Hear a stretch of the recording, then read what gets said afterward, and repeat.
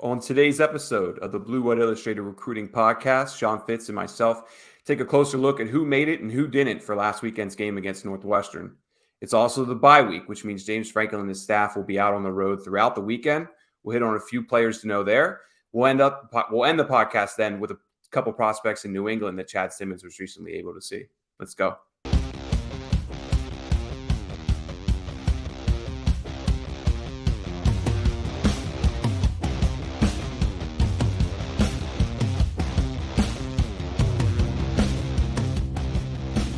All right, Fitz, it's the bye week. You got anything fun going on for the bye week? Anything fun? Anything good going on? Yeah. I think I'm heading to Colorado tomorrow, so I'm pretty excited about that. Great American Beer Festival happened to line up with the bye week, which does not happen very often. So, yeah, I think I'm going to go out there for the next couple of days. Did you have enough vacation this summer, man? I mean, come on. I'm a little jealous right now. But this was scheduled before any of that was in motion. So once they came out with the Big Ten schedule last year, I was like, oh, that's perfect. I'm in. So, yeah, I like a good beer fest. So I'm pretty excited. So sorry, but also really, really not sorry at all. Well, I get to go to D.C. on Friday to see Birchmeier versus Donko. So I'm looking forward to that. That's not quite as fun as the American Beer Fest, but I am looking forward to seeing those guys this weekend. At least they'll play every play, and you don't have to worry about scoring and all that kind of stuff. I think you'll be okay with that. Right. And I'm hoping they go after, actually line up against each other too. That'll be some good clips. But all right. Anyway, let's get into Northwestern. I think it was considering the weather, I don't think it was too bad of a list. There were a couple guys who didn't end up showing. Sean, I'll just kind of throw it your way to start. Who were the kind of the top guys that you really want to hit on in this list, and what do fans need to know?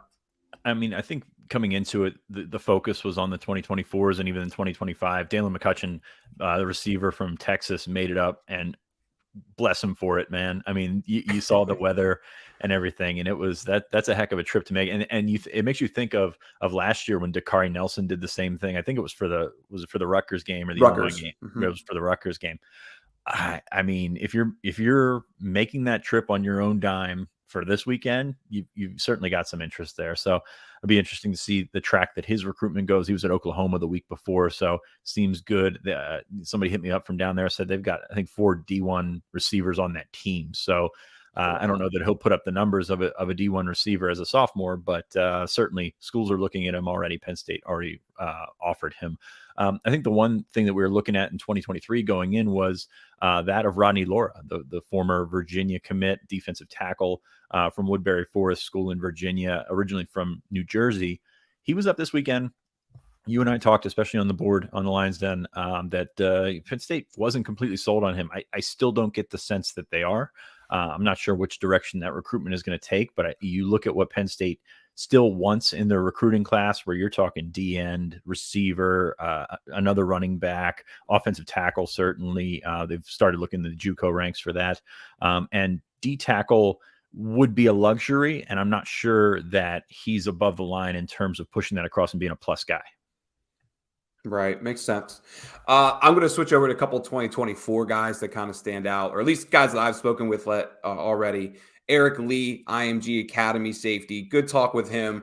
I mean, so the weather is what it is, right? So normally in these recaps where, how was the crowd? What'd you think of the student section? All that kind of stuff. Well, you were there, Sean. I was watching on TV. It looked like there really wasn't much of a student section by the second half. But of course, he had good talks with the staff. I think that was the key takeaway. Eric's really kind of building a good relationship with Terry Smith. He's down in IMG Academy and now originally from Camden, checked in around 6 foot 185. We have him as a 3-star player. And, like a lot of these 2024 guys, let's see how the film comes in and see where things end up from there. I also caught up with Juan Minaya, 6'6", 315-pound offensive tackle from Paramus Catholic. Another player, I think, just to keep an eye on here. A lot of the film and what we see over the next 6 weeks are going to kind of determine where he ends up. But just like Nair Daniels, who was also there, a massive player. I mean, the offensive linemen they're going after in this class are kind of on a different level than what we've seen in recent years. And I think it's clear they're trying to find true offensive tackles. But Juan also had good things to say. This was his second visit to Penn State since April, and He has one other visit, I think, lined up for Michigan State on October 15th. So Michigan State and Penn State definitely seem to be the two schools emerging with Mania. But of course, like I said, let's see how the film comes in. One other guy, Jaylen Harvey. Jaylen Harvey made it, Sean. We were wondering if Jaylen would make it there. He made it up as well.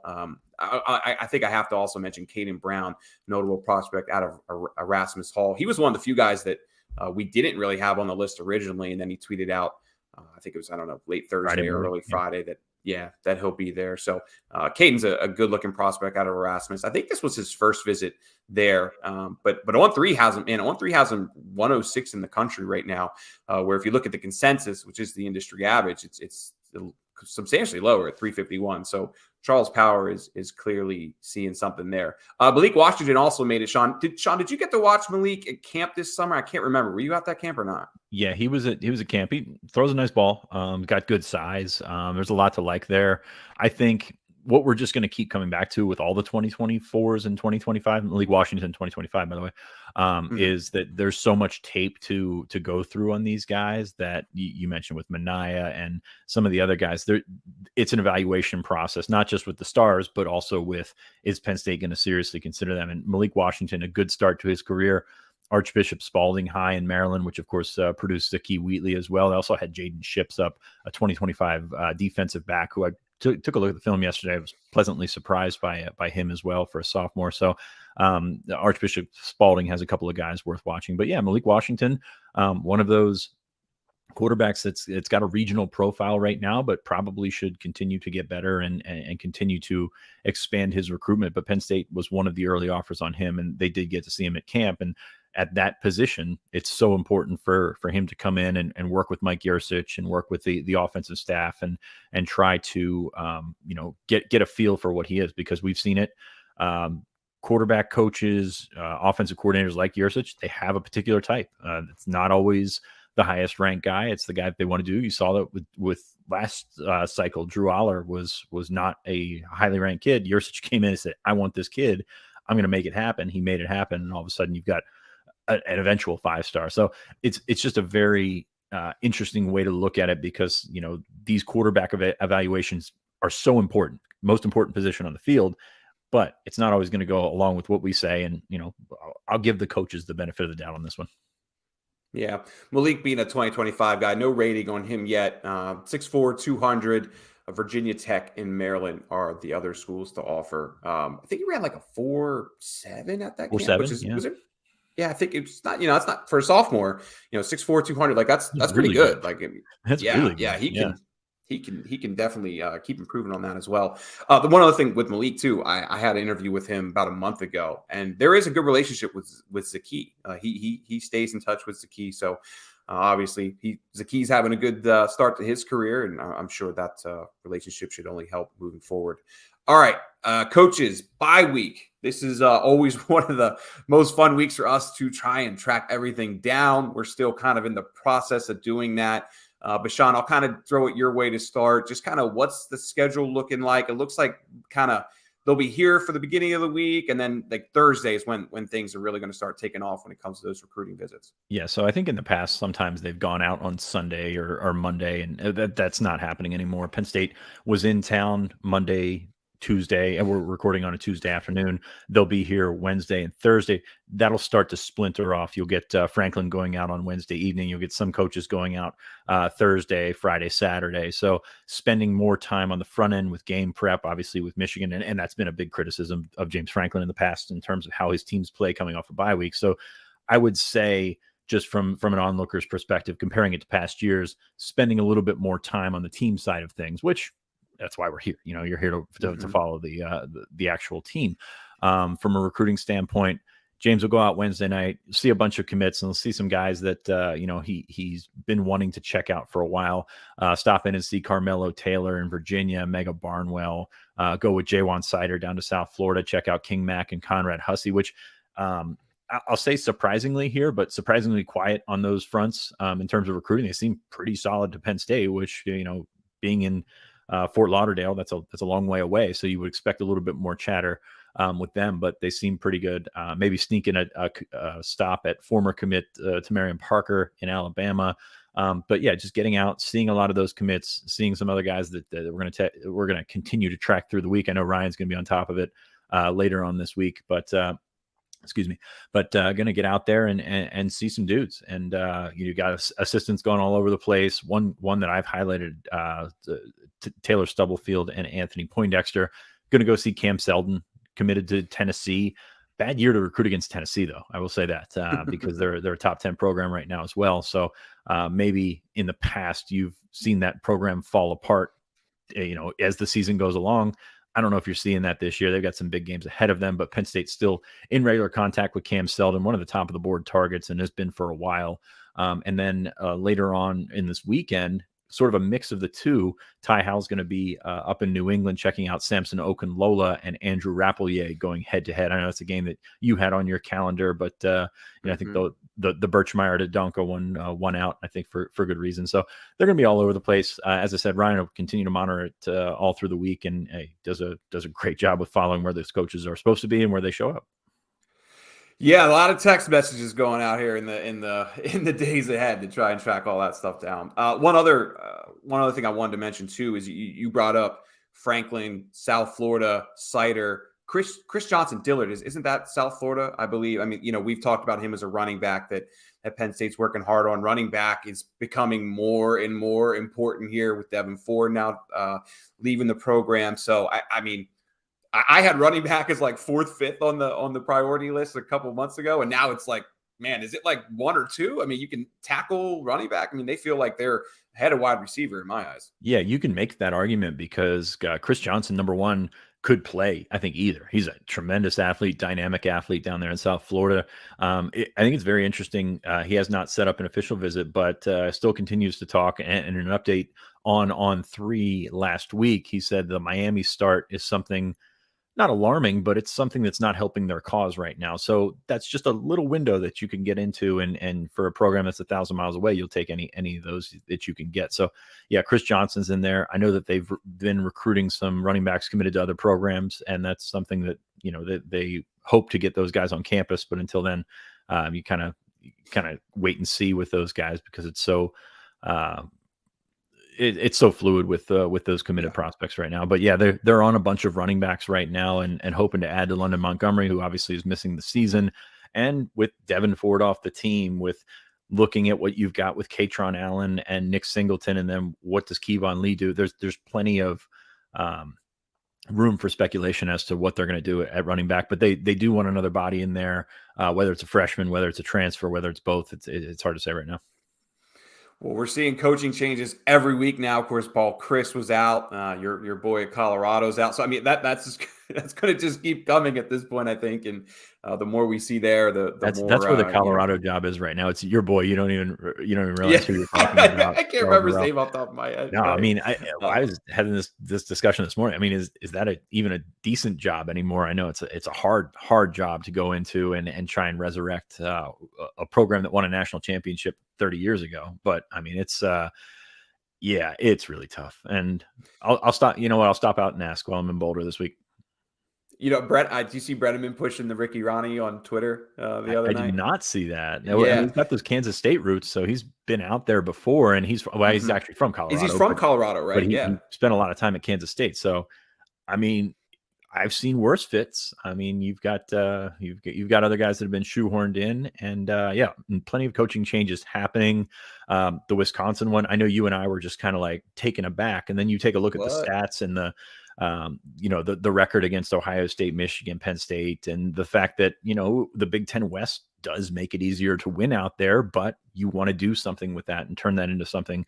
I mean, I was surprised, but then you take a look in hindsight and you're thinking, well, maybe it wasn't as good of a run as we thought it was. Wisconsin fans, obviously, and Barry Alvarez, I'm sure, had something to do with it. Probably felt that same way. Jim Leonard, man, I think they're going to try and keep him, or they're going to do everything they can to try and keep him, right? They're going to give him a runway and see what happens there. And if not, hey, maybe you go for Brett Bielema. I don't know. Who knows? But I don't think that's coach, man. That's a dangerous team right there. And by the way, while we're speaking of coaching changes, West Virginia, man, that's one you usually don't, track those for that long, but Neil Brown is going to end up he's going to end up missing a bowl game. It's going to end up they're kind of in purgatory right now. You're just waiting for him to get fired. That, of course, is going to turn back the speculation machine on Rodney Gallagher. Penn State has stayed on him as well from a recruiting standpoint. So those ones that pop up, at least in the locality of Penn State, it's worth watching. Mm-hmm. I got to circle back to one thing to mention with Chris Johnson too. He has taken 2 official visits so far. He actually went to Utah, another Utah guy, South Florida to Utah. That's a pipeline you never see coming. But he also has an official set to Ole Miss in November. Just wanted to mention. Yeah, I think Ole Miss is firmly in that. By the way, Lane Kiffin. Mm-hmm. I mean, you obviously don't know what happens with him in the coaching cycle, but Lane Kiffin is very appealing to those guys in South Florida because they can play offense. So yeah. Not surprising. Ole Miss had a big NIL rally this past week, and I was reading up about it. How I guess in Mississippi, your coaches are allowed to talk to NIL representatives. I think that's like a state law in Mississippi. I was reading something about it. I should probably read on it more before we run our mouth on the podcast. But anyway, there was a big NIL rally there this weekend, and the speculation was, they're doing this because they want to make sure Lane doesn't go anywhere. And NIL now is, that it used to be facilities and recruiting territory, right? Well, now NIL is kind of like the reason to pull coaches away, I guess is where I'm getting at. Well, as long as Brett Favre's not involved, I think they'll be okay. All right, time to transition here. Chad Simmons was up in New England this past weekend, checking up on a few guys that are really important to Penn State. Of course, we mentioned Samson Okunlola, who will face Andrew Rappleyea this weekend. Sean, I mean, not a whole lot there with Samson. The mindset still seems to be that Miami's the team to beat. Although, let me think. Is he taking Alabama so far and Michigan State, I believe? And then, there's talk about USC as well. But the main thing is there's not a whole lot of talk about him taking in a Penn State official, although they're trying.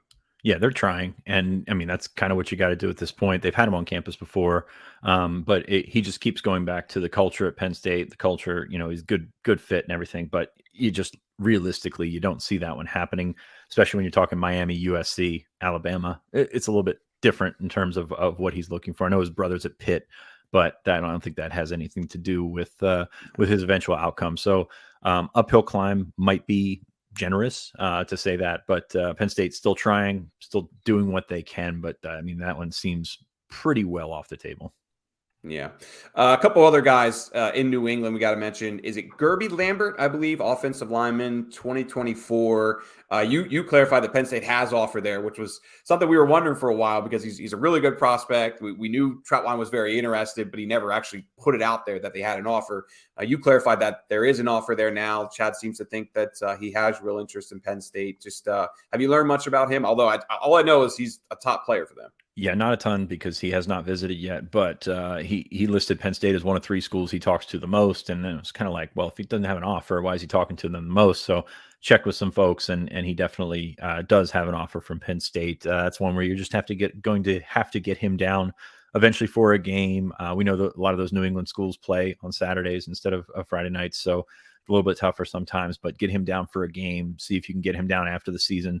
I think very green in terms of his recruiting prospects right now, but another one of those guys, big kid, can move very well. There's a bunch of those, as you mentioned, in the 2024 class. And it's also very nice to see on guys like Minaya, them making it to campus at 6'6" and actually being 6'6". We've seen that in the past where 6'6" becomes 6'4" really quickly, or 6'3" or even worse. So that's a good thing. But Gerby Lambert, big guy. And then you transition to Liam Andrews, who was at camp this summer and was awesome. Absolutely just, kept up with Birchmeyer and Javen Williams and those guys in the 2023 class and seemed to really fit in there. I think Penn State's got a real shot there. I think he's probably their top interior prospect in the 2024 class. We talk about guys that in that cycle right now where you want to see more film or you want to know if they're takes or not. But I think Liam Andrews is a no-brainer if you're Penn State right now. But Ohio State's involved. A couple other schools are. I think Alabama's involved as well. We'll see if he gets to that level, but certainly a kid that can play. And I think you and I walked away from camp, or at least watching the video from camp, very impressed with Liam Andrews as a potential center or guard prospect. Oh, yeah. Liam Andrews was one of the best performances we saw at camp all year. I mean, not only that, I mean, so he checked in great size wise and, performed really well in drills, but I think he had I think it was like a 4.7 shuttle. And I think this broad was like 8.10, which is pretty good at a guy at, almost 6'4", 262. I think it was one of the best broad jumps we saw from any offensive lineman this year. So, just measures explosion. And of course, that's a very important trait with offensive linemen. So Andrews, in my opinion, without a doubt, their top interior guy. One other thing with Gerby too, 6'7", 285. It's just like Nair Daniel. It's just like Wamanaya. They are looking for size at the offensive tackle, and he fits that well. Lambert, by the way, is the 12th ranked player in the country by On3 at the moment. Number 1 offensive tackle. So just like Samson Okalola, man, like just like him, good offensive. I actually did not realize he was that high. Yeah, that's impressive. He's number 50 in the consensus, number 12 by On3. So certainly a player we'll be talking about a good bit. Well, who else do we have mentioned? Oh, Dylan Stewart too. Chad did get an update on Dylan Stewart. He's not a New England prospect, of course.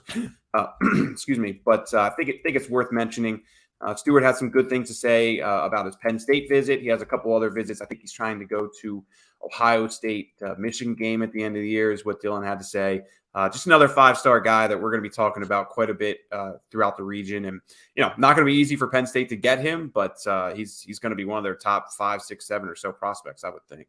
Yeah, I would think so. I mean, the edge rusher is such a premium. Stewart came up earlier this year, and Ohio State, Alabama. You just read that list off again, and you'll see that it would be a tough fight. But Penn State wants to get him, or got him up for the whiteout last year, got him up for a game earlier this year.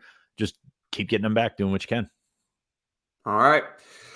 Well, that's it for me this week, Sean. I don't know if you have anything else. I know you have a lot of beer drinking ahead of you while I track down a bunch of coaching visits. So enjoy that. Anything else on the docket today? I think we're good. Nope. Just like the video. I know that was the last thing T. Frank told me before he came on. Frank, I forgot. I did it again. Follow us, subscribe and do all that kind of stuff. Really helps us out. But I think that's probably about it from a recruiting standpoint. Got a couple of weekends off from a visitor standpoint, and I know that whiteout list will be cooking in no time.